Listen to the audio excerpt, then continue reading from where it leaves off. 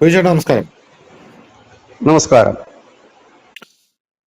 ചേട്ടാ, നമ്മൾ നേരത്തെ ചർച്ച ചെയ്തിരുന്നു, ഈ ഇറാനിൽ US ഇടപെട്ട് കഴിഞ്ഞാൽ പാകിസ്ഥാൻ എന്ത് സംഭവിക്കും എന്നുള്ള ഇന്ത്യക്ക് എന്ത് സംഭവിക്കും എന്നുള്ളത് നമ്മൾ ചർച്ചകളിലൂടെ അവിടെ ഇവിടെയൊക്കെ ആയിട്ട് പറയുന്നുണ്ട്. പക്ഷെ പാകിസ്ഥാൻ എന്ത് സംഭവിക്കും എന്നുള്ളതാണ് നമ്മുടെ ചോദ്യം എന്ന് പറയുന്നത്. അപ്പൊ ബിജു ചേട്ടൻ അവിടെ പറഞ്ഞൊരു കാര്യമുണ്ട്, ഇറാനിൽ US ഇടപെട്ട് കഴിഞ്ഞാൽ പാകിസ്ഥാനിൽ വലിയ കലാപങ്ങൾ അങ്ങും ഇങ്ങും ഉണ്ടാകും. പാകിസ്ഥാനും US അടുത്ത് നിൽക്കുന്ന വളരെ അധികം ഇപ്പോൾ ക്ലോസ് ആയി നിൽക്കുന്ന രാജ്യങ്ങളാണ്.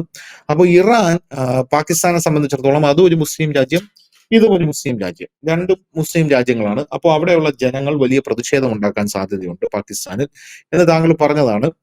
പോരാത്തതിന് അതിനെ ഓവർകം ചെയ്യാനാണ് ഇപ്പോ ഇന്ത്യൻ അതിർത്തിയിൽ പാകിസ്ഥാൻ പ്രശ്നങ്ങൾ ഉണ്ടാക്കുന്നത്. കാരണം അവിടെ ജനങ്ങൾക്ക് ഫോക്കസ് കൊടുക്കാതെ ഇവിടെ ജനങ്ങൾ ഫോക്കസ് ചെയ്തോളൂല്ലോ. അങ്ങനെ ഇറാനിൽ അമേരിക്ക അധിനിവേശം നടത്തുന്നു, ഇന്ത്യയും പാകിസ്ഥാനും തമ്മിൽ ചെറിയൊരു സംഘർഷം ഉണ്ടാകുന്നു. അപ്പോൾ ഈ സംഘർഷമായിരിക്കും, ഇന്ത്യ പാകിസ്ഥാനും തമ്മിലുള്ള സംഘർഷമായിരിക്കും പാകിസ്ഥാനിൽ കൂടുതൽ ചർച്ചാ വിഷയം എന്ന് പറഞ്ഞതാണ്. ഇപ്പൊ കറക്റ്റ് ആണ്, അതിപ്പോ ശരിയായിട്ട് വന്നിരിക്കുകയാണ്. കാരണം ഇപ്പോ ഇറാനിൽ US ഇടപെടുന്നു എന്നുള്ളത് കണ്ടുകൊണ്ട് പാകിസ്ഥാനിൽ വലിയ പരിഭ്രാന്തി ഉണ്ടായിരിക്കുക.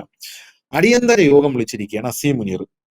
നമുക്കറിയാം, അസീം മുനീർ ഇപ്പോ ഡൊണാൾഡ് ട്രംപിന്റെ ഒരു വലിയൊരു അഭ്യുദയകാംക്ഷിയാണ്.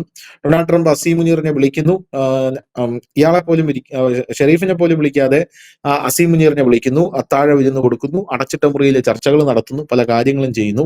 ഇപ്പോഴിതാ പാകിസ്ഥാൻ, ഇറാനിൽ അതിർത്തി പങ്കിടുന്ന പാകിസ്ഥാനെ അമേരിക്ക ഇറാനിൽ അധിനിവേശം നടത്തിയാൽ അത് ഏതെങ്കിലും തരത്തിൽ ബാധിക്കുമോ എന്നുള്ള ചോദ്യം അവിടെയുള്ള ജനങ്ങൾക്കിടയിൽ ഉയർന്നു വരുന്നു. പോരാത്തതിന് മതപരമായിട്ടുള്ള ഒരു സൗഹാർദ്ദം അവർ തമ്മിലുണ്ട്, ആ ഒരു വൈകാരികത അവിടെ ഉയർന്നു വരുന്നു എന്ന് കണ്ടുകൊണ്ടാണ് അസീം മുനീർ ഇപ്പോ ഈ യോഗം വിളിച്ചിരിക്കുന്നത്.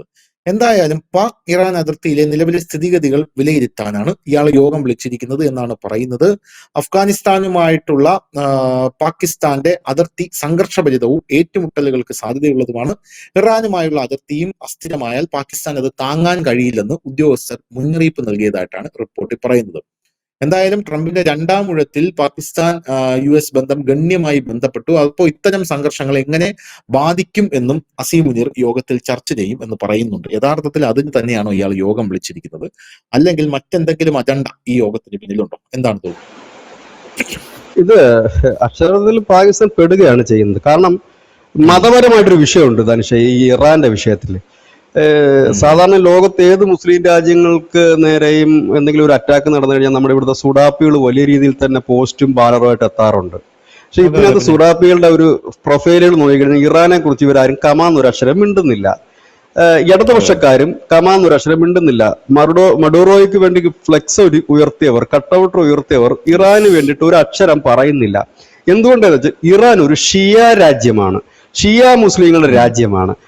നമ്മൾ ഈ പറയുമ്പം ഹിന്ദു മതം എന്ന് പറഞ്ഞാൽ അതിനകത്ത് ഒരുപാട് ജാതിയും മതവും ഉണ്ട്. ക്രിസ്ത്യൻ മതം എന്ന് പറയുമ്പോൾ അതിനകത്തും നിരവധി സഭകളും കാര്യങ്ങളുമുണ്ട്. എന്ന് പറഞ്ഞാൽ ഇസ്ലാമിലുമുണ്ട്. അപ്പം ഒരേ ഒരു ഷിയ രാജ്യമാണ് ഇറാൻ. അതുകൊണ്ടാണ് ഈ ലോകത്തെ ഏറ്റവും കൂടുതലുള്ള സുന്നികള് ഇതിന് വേണ്ടിയിട്ടൊന്നും പറയാത്തത്. അതായത് വളരെ കുറച്ച് പേർ മാത്രമാണ് ഈ ഇറാന്റെ വിഷയത്തിൽ.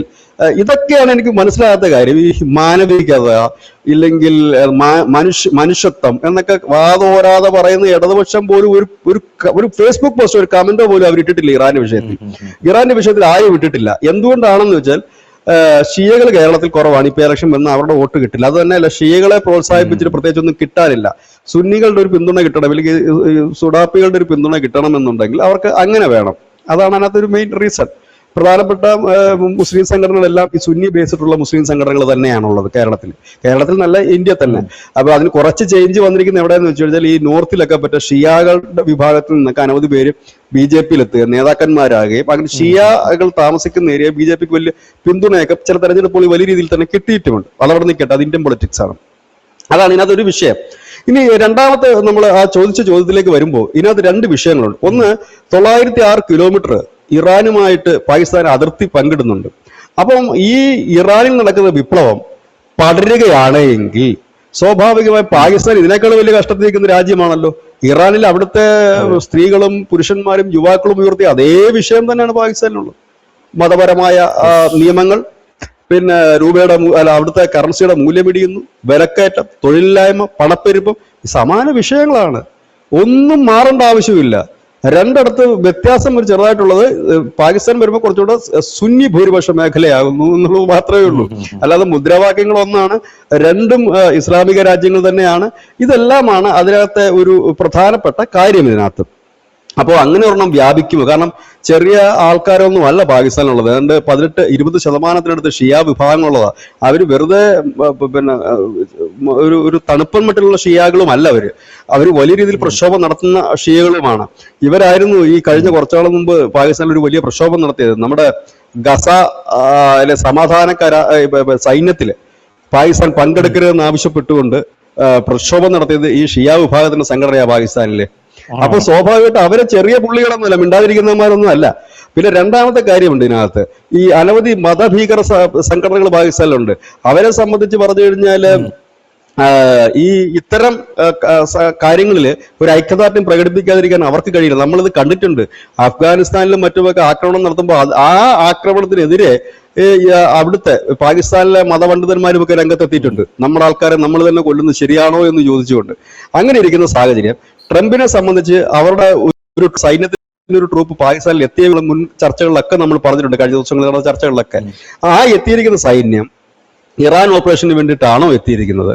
ഇനി ഈ വിമാനങ്ങൾ പറന്നുയരുന്നത് ഖത്തർ ഇപ്പോൾ അനുവാദം നൽകിയില്ലെങ്കിൽ പിന്നെ അവർക്ക് ഓപ്ഷൻ പാകിസ്ഥാനാണ് കുറച്ചുകൂടെ എളുപ്പം. അപ്പൊ അവിടെ നിന്നാണോ ഇത് പറന്നുയരുക? ഇങ്ങനെ ഉണ്ടാകുകയാണെങ്കിൽ പാകിസ്ഥാൻ ഉണ്ടാക്കുന്ന പ്രത്യാഘാതം ചെറുതല്ല. അപ്പോൾ ഇവിടെ ഞാനൊരു ചെറിയ ഉദാഹരണം പറഞ്ഞുതരാം. ബംഗ്ലാദേശിലെ ഹിന്ദു വിഭാഗം എന്ന് പറയുന്നു. ആ വിഭാഗത്തിന് വലിയ അടിച്ചമർത്തൽ നേരിടുമ്പോൾ അവരൊരു ഒരു പ്രക്ഷോഭത്തിൽ ഇറങ്ങുകയാണ്. അതിനെ നേരിടാൻ നരേന്ദ്രമോദി ഇവിടുന്ന് ഒരു ബോംബർ അയച്ചു കഴിഞ്ഞാൽ നമ്മുടെ ഈ രാജ്യത്ത് പിന്നെ എന്തായിരിക്കും അവസ്ഥ? എല്ലാ ഹൈന്ദവ സംഘടനകളും മോദിക്കെതിരെ തിരിയില്ലേ എന്ന് പറയുന്ന സമാനമായ സാഹചര്യമാണ്. ട്രംപ് വന്നിട്ട് പാകിസ്ഥാന്റെ മണ്ണിൽ നിന്ന് അങ്ങോട്ട് ഇറങ്ങാൻ അപ്പൊ പറയും നമ്മൾ പണി വൃത്തിയാക്കുമെന്ന് പറയും. അതിന് സമാന സാഹചര്യം ഇത്. അതായത് അവരുടെ ഒരു വലിയ വിഭാഗത്തെ കൊന്നെടുക്കുമ്പോൾ അവർക്ക് അടങ്ങിയിരിക്കാൻ കഴിയില്ല. അത് ഈ അനുവാദം കൊടുത്തു കഴിഞ്ഞാൽ, പണ്ട് ബില്ലാദിനെ കൊല്ലാൻ അനുവാദം കൊടുത്തതിന് ക്ഷീണം അവന്മാർക്ക് ഇപ്പോഴും മാറിയിട്ടില്ല. പിന്നെ അത് ഇനി പൈസ കിട്ടുന്നതുകൊണ്ടും ഇവരുടെ ഈ സൈനിക ബലം കൊണ്ടും ഒക്കെയാണ് ജനങ്ങളെ അടിച്ചമർത്തി മിണ്ടാതിരിക്കാൻ പറയുന്നത്. ഈ സാഹചര്യത്തിലാണ് പാകിസ്ഥാനിലെ ഹഫീസ് സയ്യിദിനെ പോലുള്ള ഭീകരന്മാർ പറയുന്നത് ജിഹാദ് അല്ലാതെ, അതായത് കാശ്മീർ പിടിക്കുന്ന ജിഹാദ് അല്ലാതെ കാശ്മീർ വിഷയത്തിൽ വേറെ ഓപ്ഷൻസ് ഇല്ല എന്ന് പറയുകയും കഴിഞ്ഞ 2 ദിവസം തുടർച്ചയായ ഡ്രോൺ അറ്റാക്കുകൾക്ക് വേണ്ട ശ്രമം നടത്തുകയും സക്രിയകളടക്കം വലിയ സൈനിക വിന്യാസം നടക്കുകയും ചെയ്തത് നമ്മൾ മുമ്പ് പറഞ്ഞ അതേ പോയിന്റിലാണ്. അതായത് പാകിസ്ഥാനിലെ ജനങ്ങളുടെ ശ്രദ്ധ മാറ്റിവിടണം. കാരണം പാകിസ്ഥാൻ ഇപ്പോൾ സംഭവിച്ചാൽ 3 ഇടവും പെട്ടിരിക്കുകയാണ്. അവർക്ക് കരബന്ധം ഏറ്റവും കൂടുതലുള്ളത് ഇന്ത്യ, അഫ്ഗാനിസ്ഥാൻ, ഇറാൻ, ഈ ഭാഗങ്ങളിലാണ് അവർക്ക് കരബന്ധം കൂടുതലുള്ളത്. അപ്പം ഈ കരബന്ധം കൂടുതലുള്ള 3ഇടത്തും പിന്നെ വയ്യാവേലിയാണെന്നുണ്ടെങ്കിൽ എങ്ങനെ അവർക്ക് മുമ്പോട്ട് പോകാൻ പറ്റും? അപ്പൊ ഇവരെ സംബന്ധിച്ച് കുറച്ചുകൂടി എളുപ്പമുള്ള മാർഗം എന്താണ്? അഫ്ഗാനിസ്ഥാനെ സംബന്ധിച്ച് അതും നമ്മുടെ ആളാണ്. ഇറാനെ സംബന്ധിച്ച് നമ്മുടെ ആളാണ്. അപ്പൊ അവിടുത്തെ പ്രക്ഷോഭങ്ങളോ ഇല്ലെങ്കിൽ അവിടുത്തെ പ്രശ്നങ്ങളോ ഈ പാകിസ്ഥാനിൽ അഫക്റ്റ് ചെയ്യാതിരിക്കുന്നതിന് വേണ്ടിയിട്ട് സ്വാഭാവികമായി ഇന്ത്യൻ അതിർത്തിയിൽ വന്ന് ചൊറിയുക എന്നുള്ളതേ ഉള്ളൂ അവർക്ക് ആകെ മുമ്പോട്ട് വെക്കാൻ പറ്റുന്ന ഒരു കാര്യം. അത് നടക്കും. ഇവിടൊക്കെയാണ് ഈ ട്രംപ് കുറച്ചുകൂടി യൂട്ടേൺ അടിക്കുന്ന ഒരു പ്രശ്നം. അതാണ് ഈ ട്രംപ് പറഞ്ഞൊരു കാര്യം. ഇത് സാധാരണ ഒരു ആക്രമണം ആയിരിക്കില്ല. കാരണം അങ്ങനെ ഒരു യുദ്ധത്തിലേക്ക് പോവുകയാണ് എങ്കിൽ അത് പലരും അവസരങ്ങൾക്കായി കാത്തിരിക്കുന്നവരുണ്ട് എന്ന് പറയുന്നതിന്റെ കാരണം അത് തന്നെയാണ്. പിന്നെ അറിയാൻ കഴിയുന്നത്, ഇന്റർനാഷണൽ മാധ്യമങ്ങളിൽ അറിയാൻ കഴിയുന്നത്, ഇറാനിലെ പ്രധാനപ്പെട്ട കേന്ദ്രങ്ങളുടെയൊക്കെ ഒരു ലിസ്റ്റ് ഇപ്പോൾ പെന്റഗൺ കൊടുത്തിട്ടുണ്ട്. അതായത് പെട്ടെന്ന് ആക്രമണം നടത്തി പോകുന്നു. നമ്മൾ കഴിഞ്ഞ ദിവസങ്ങളിലൊക്കെ പറഞ്ഞൊക്കെ 1-2 ദിവസങ്ങൾ അവിടെ ഇവിടെയും കുറച്ച് ബോംബിടുക. കാരണം ഈ പ്രക്ഷോഭകാരികളെ തെരുവിൽ ഇറക്കിപ്പോയില്ലേ, അതാണ് അതിനകത്ത് ഒരു വലിയ വിഷയം. കാരണം അദ്ദേഹം അവിടെ അങ്ങനെ ബോംബിട്ടത് കൊണ്ട് ഈ പ്രക്ഷോഭം ജയിക്കുമോ ഇല്ലയോ എന്നുള്ളത് നമുക്ക് അറിയുകയുമില്ല. ഏതായാലും നോക്കാം, കാത്തിരുന്ന് കാണുക എന്നുള്ളതേ ഉള്ളൂ. ഏതായാലും പാകിസ്ഥാനെ സംബന്ധിച്ച് ഇറാൻ അല്ല അവരുടെ പ്രശ്നം. ഇറാന്റെ തലയിൽ എന്റെ ചോദ്യം, ഇവിടെ ബോംബിടുകയാണെങ്കിൽ ആരുടെ തലയെ കൊണ്ട് ഇയാൾ ബോംബിടും? ട്രംപ് ഇറാൻ ഭരണകൂടത്തിന്റെ തലയിലാണ്. അവിടെ ഈ ഭരണകൂടമല്ല, ഇത് ഈ ലോകം മുഴുവൻ അറിയാൻ എന്ത് ചെയ്യുന്ന വെച്ചാൽ ഇവന്മാരെ എവിടെയെങ്കിലും ചിലപ്പോൾ ഒരുപക്ഷെ ഇറാന്റെ പഴയ സൈനിക താവളങ്ങൾ, ഇറാന്റെ പഴയ ഏതെങ്കിലും പിന്നെ ആണവ റിയാക്ടറുകൾ, അവർ ഉപേക്ഷിച്ചിട്ട് പോയ ആണവ റിയാക്ടറുകളോ പറ്റുമോ, ഇല്ലെങ്കിൽ അവരുടെ ഏതെങ്കിലും ഒരു ഭരണ സ്ഥിരാകേന്ദ്രം. പക്ഷെ ഇവിടെ ഒരു പ്രശ്നമുണ്ട് ധനുഷ്. അത് ഈ ഇറാൻ എന്ന് പറയുന്ന രാജ്യങ്ങൾ അവരുടെ ബാലിസ്റ്റിക് മിസൈലൊക്കെ ഉണ്ട്. ഈ മിഡിൽ ഈസ്റ്റിലുള്ള മിക്കവാറും രാജ്യങ്ങൾക്കൊന്നും ഈ വ്യോമ പ്രതിരോധ സംവിധാനമില്ല. അതാണ് ഇപ്പൊ അമേരിക്ക കൊടുക്കുന്ന ഒരു കാര്യം. ഇവർ എങ്ങോട്ടെങ്കിലും ഒക്കെ എടുത്തിട്ട് വിട്ടു കഴിഞ്ഞാൽ അത് പ്രതിരോധിക്കാനുള്ള കപ്പാസിറ്റി ഈ മിഡിൽ ഈസ്റ്റ് കിടക്കുന്ന മറ്റേ GCC രാജ്യങ്ങൾക്ക് വേണ്ട എല്ലാവർക്കും, സൗദിക്കൊക്കെ ഉണ്ട്, ശരിയാ അവർക്ക് മിക്ക രാജ്യങ്ങളിലും ഇല്ല. കാരണം ഇറാനെ സംബന്ധിച്ച് അവരുടെ അമേരിക്ക അടിച്ചിടുക എന്നുള്ളതല്ല അവരുടെ ലക്ഷ്യം, മൊത്തത്തിൽ കുളം കലക്കുക നമ്മൾ പറയുന്ന ഒരു സാധനമാണ്. അപ്പൊ പിന്നെ അമേരിക്കക്ക് ഇത് മീഡിയാസിൽ വരണമെങ്കിൽ എന്ത് ചെയ്യണം? അവർ ഏതെങ്കിലും ഒരു എയർബേസ് അടിക്കണം, ഇല്ലെങ്കിൽ ഒരു സൈനിക താവളത്തിൽ കൊണ്ടൊരു ബോംബിടും ഇറാന്റെ. ഒന്നത്. രണ്ടാമത്തെ ഒരു സാഹചര്യം എന്ന് വെച്ചാൽ ഇതോടൊക്കെ ഗോഡൌണൊക്കെ ഇല്ലെങ്കിൽ ഏതെങ്കിലും ഗോഡൌണൊക്കെ ഇട്ടിട്ട് ചിലപ്പോൾ അവർ പറയുമായിരിക്കും ഇറാന്റെ ആണവ ശേഖരം ഞങ്ങൾ പൂർണ്ണമായി നശിപ്പിച്ചു, അത് നശിപ്പിച്ചു, ഇത് നശിപ്പിച്ചു എന്ന് ഒരുപക്ഷെ അവർക്ക് പറയാം. അതാണ് ഞാൻ കഴിഞ്ഞ ദിവസം പറഞ്ഞത്. അവരങ്ങനെ എവിടെങ്കിലുമൊക്കെ സെലക്റ്റീവായ സ്ഥലങ്ങളിൽ ബോംബാക്രമണം നടത്തുമ്പോൾ ഇറാന്റെ ഭാഗത്തുനിന്ന് റിപ്ലൈ ഇല്ലെങ്കിൽ, ഒരു മറുപടി ഇറാൻ കൊടുക്കുന്നില്ല എങ്കിൽ പ്രശ്നം അവിടെ കൊണ്ട് തീർന്നു. ട്രംപിന് തടിയൂരി പോകാൻ പറ്റും, ഇറാന് വലിയ പ്രശ്നങ്ങളില്ലാതെ ഇറാന് മുമ്പോട്ട് പോകാൻ പറ്റും. ഇനി അതല്ല, ഇതൊന്ന് കൈവിട്ട് പോയാൽ പണി പാളും. കാരണം അതുകൊണ്ടാണല്ലോ ഇന്നലെ ഖത്തറിൽ നിന്ന് അമേരിക്കയുടെ സൈനികരെ പിൻവലിച്ച് ഓടിയല്ലോ. അവരുടെ എണ്ണം കുറച്ച്. എന്തുകൊണ്ടാണത്? കാരണം ഖത്തറിൽ മുമ്പ് അടിച്ചിട്ടുണ്ട്, കഴിഞ്ഞ ഈ ഇസ്രയേലിലും ആയിട്ടുള്ള സംഘർഷ സമയത്ത് അടിച്ചിട്ടുണ്ട് ഇറാൻ. അടിച്ചു കഴിഞ്ഞാൽ ഇവർക്ക് കാഷ്വാലിറ്റി പറ്റും. ഇതിന്റെ ഒരു പ്രത്യേകത അമേരിക്കയിൽ ഉണ്ടാകുന്നു. അവിടുത്തെ ജനം ചോദിക്കും സ്വാഭാവികമായിട്ടും, തനിക്ക് എന്തിന്റെ കേടാ ഇത്? ഞങ്ങളെ പൈസ എടുത്തിട്ട് പോയിട്ട് ലോക സമാധാനം ഉണ്ടാക്കാൻ വേണ്ടി അവിടെ പോയി കിടന്ന് ഇത് തുടക്കത്തിലൊന്നും പറയില്ല അവര്. പക്ഷെ ഇത് അഫ്ഗാനിസ്ഥാനിൽ പറഞ്ഞിട്ടില്ല അവര്. എന്തുമാത്രം പ്രക്ഷോഭം നടന്നു അമേരിക്കയിൽ. ഓരോ പട്ടാളക്കാർ മരിക്കുമ്പോഴും ഈ അമേരിക്കയിൽ വലിയ രീതിയിലുള്ള പ്രതിഷേധമായിരുന്നു ഉയർന്നുകൊണ്ടിരുന്നത്. വെറുതെ എന്തിനാണ് പട്ടാളക്കാരെ കൊണ്ട് കൊല്ലുന്നത് എന്നുള്ളത്. ഇവിടെ അത് വരും. അതിനാണ് ഇന്നലെ തന്നെ ആൾക്കാരെയൊക്കെ അവിടെ നിന്ന് മാറ്റിയത്. പിന്നെ ഇവർ ഈ പറയുന്ന സന്നാഹങ്ങളൊന്നും അവിടെ അവർ ഒരുക്കിയിട്ടുമില്ല അമേരിക്ക. അതായത് എനിക്ക് തോന്നുന്നത് കഴിഞ്ഞ തവണ അത് ജൂണിലായിരുന്നു, എനിക്ക് തോന്നുന്നു 2025 ജൂണിലായിരുന്നു എന്നാണ് തോന്നുന്നു ഈ അമേരിക്ക അറ്റാക്ക് നടത്തുന്നത്. ആ സമയത്ത് അവരുടെ വിമാനവാഹിനി കപ്പലുകളും മറ്റുമൊക്കെ ഈ ഹോർമുസ് കടലിടുക്കിന്റെ അവിടെ കൊണ്ടുവന്ന് നിർത്തിയിട്ടുണ്ട്. പക്ഷെ ഇത്തവണ അങ്ങനെയുള്ള ഒരുക്കങ്ങളൊന്നും അവരുടെ ഇല്ല. ഞാൻ അതാ പറയുന്നത്, ഇപ്പോഴും ഒരുപക്ഷെ ട്രംപ് ഈ സെലക്റ്റീവായിട്ടുള്ള ചില സ്ഥലങ്ങളിൽ കൊണ്ടുവന്ന് ബോംബിട്ടിട്ട് പോകുമായിരിക്കാം. അതിൽ ഇറാൻ പ്രതികരിച്ചില്ല എങ്കിൽ അവിടെ കൊണ്ട് പ്രശ്നങ്ങൾ തീരുമായിരിക്കാം എന്നാണ് പ്രതീക്ഷിക്കുന്നത്. പക്ഷെ ഏതായാലും തീർന്നാലും തീർന്നില്ലെങ്കിലും പാകിസ്ഥാനെ സംബന്ധിച്ച് വെപ്പാളപ്പെട്ട് എന്തെങ്കിലും ചെയ്തേ പറ്റൂ. എന്തെങ്കിലും ഒരു ചെറിയ പണി ഇന്ത്യയായിട്ട് നടത്താൻ സാധ്യതയുണ്ട്. കാരണം ഇന്ത്യ എന്ന് പറയുമ്പോൾ അവരെ സംബന്ധിച്ച് എന്താണ് പറയുന്നത്, എന്തായാലും ഒരു ഉപയോഗിക്കുന്ന വാക്കുണ്ടല്ലോ അമുസ്ലിങ്ങൾ എന്നുള്ളതിന്. അപ്പം അത്തരത്തിൽ അമുസ്ലിങ്ങൾ കാഫിറാണ്. അപ്പൊ കുറച്ചുകൂടെ എളുപ്പമാണ്, ഫോക്കസ് മാറ്റിവിടാൻ എളുപ്പമാണ്.